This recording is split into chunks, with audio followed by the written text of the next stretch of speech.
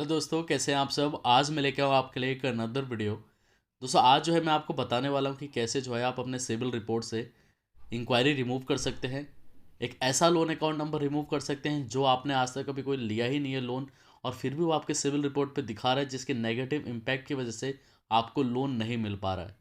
दोस्तों आपको मैं एक और बात बता दूं कि अगर आपने कभी कोई डॉक्यूमेंट्स इधर उधर लोन अप्लाई करते टाइम पे आपने ऐप पे डाला होगा या किसी को दिया होगा, या ऐसे थर्ड पार्टी एप्लीकेशन में आपने अपना KYC document like PAN card, Aadhaar card वगैरह दिया होगा, तो ज़्यादातर ये केस उन्हीं लोगों के साथ होता है। उनके सिविल रिपोर्ट पे एक ऐसी लोन अकाउंट नंबर आ जाती है, मतलब या लोन अमाउंट आ जाता है जो उनसे पहले कभी उन्होंने लिया ही नहीं था, और वो लोन किसी और को मिला होता है, लेकिन आपके सिविल रिपोर्ट पे रिफ्लेक्ट करता होता है, जिससे आपके सिविल पे नेगेटिव इम्पैक्ट आता है। प्लस अगर उसने पेमेंट नहीं की, जिसका भी वो लोन अमाउंट नंबर दिखा रहा है, मतलब लोन अकाउंट नंबर जो भी दिखा रहा है दूसरे के नाम पे है, अगर वो पेमेंट नहीं करेगा तो वो आपका सिविल स्कोर, या एक तरीके से कह सकते हैं कि सिविल रिपोर्ट ख़राब होगी। अब यहाँ पर आपको करना क्या है, पहले सिविल के वेबसाइट पे लॉगिन कर लेना है।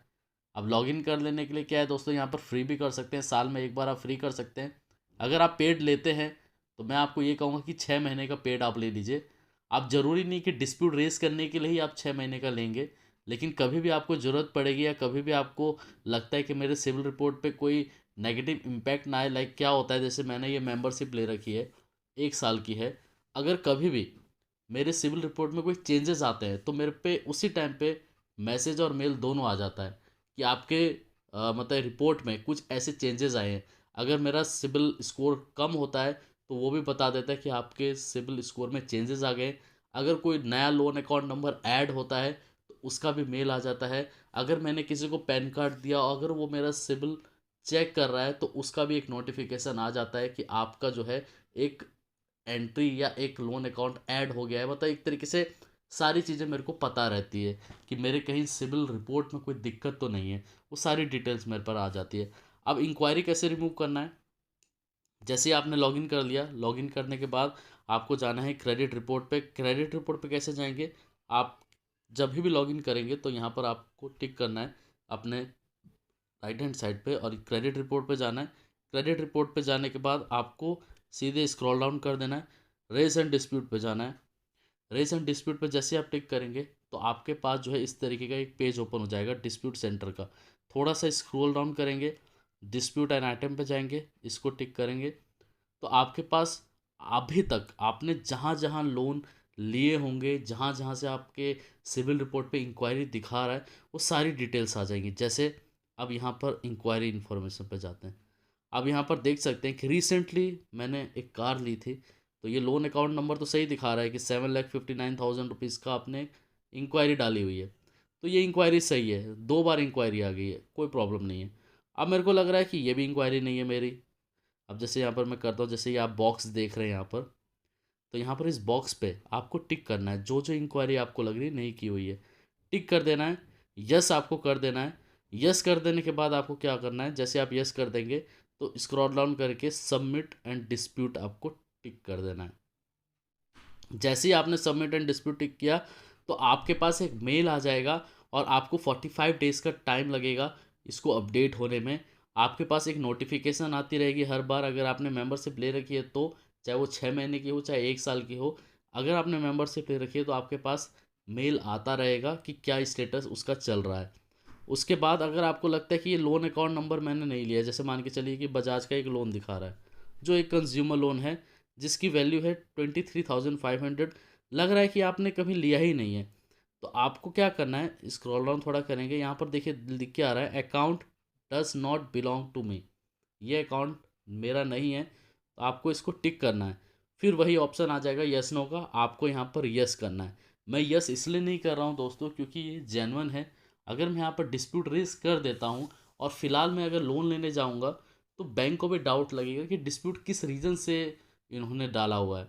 तो इसलिए अभी मैं इसको यस नहीं कर रहा हूँ। अगर आपका जेन्युइन प्रॉब्लम है तो उस केस में आप डिस्प्यूट रेस करें, चाहे 10 करें चाहे 5 करें, कोई प्रॉब्लम नहीं है।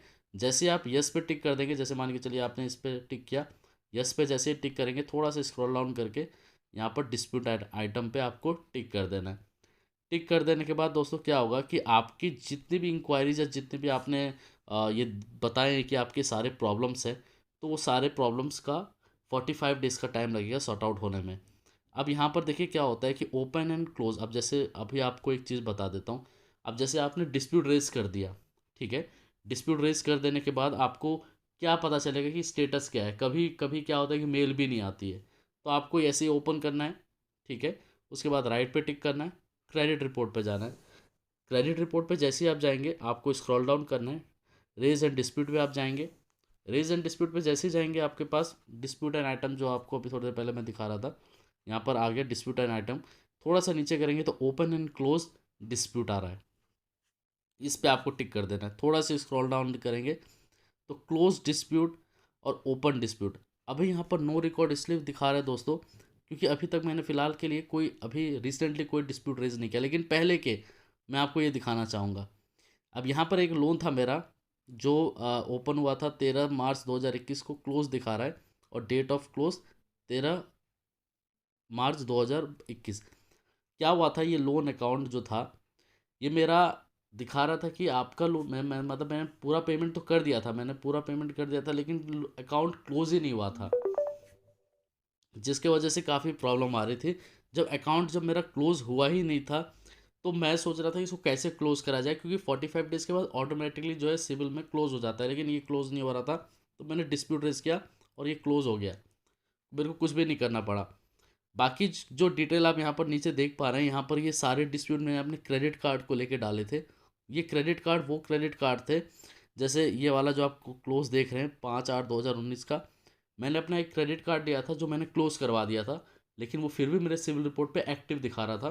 तो मैंने डिस्प्यूट रेज़ किया और वो क्लोज़ हो गया 2019 को। तो इस तरीके से आप यहाँ पर देख सकते हैं कि आपके केसेस का हुआ क्या।